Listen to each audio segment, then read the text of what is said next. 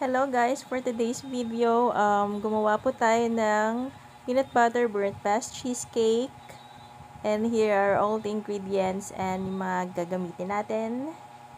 So, at first, we need to combine all the ingredients, yung cheesecake natin, eggs, peanut butter, the cream, all in one bowl.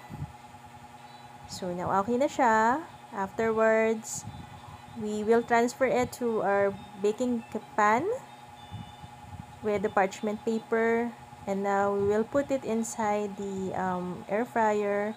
Temperature set to 200 degrees Celsius. 30 minutes po ang estimated cooking time. So, ito na po yung result.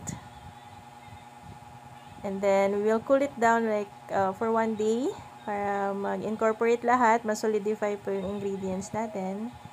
So, here it is. So, you can see that it's very rich, very thick and creamy. It looks really delicious. And it is. Really it is. So, ito na po yung ating sample slice. And the rest, na hindi po tatagal na isang araw. So, saan pa po kayo? Gumawa na po kayo sa bahay. And here, you can see how creamy it is. Yeah. So, ito po yung final slice natin. So, I hope you enjoy!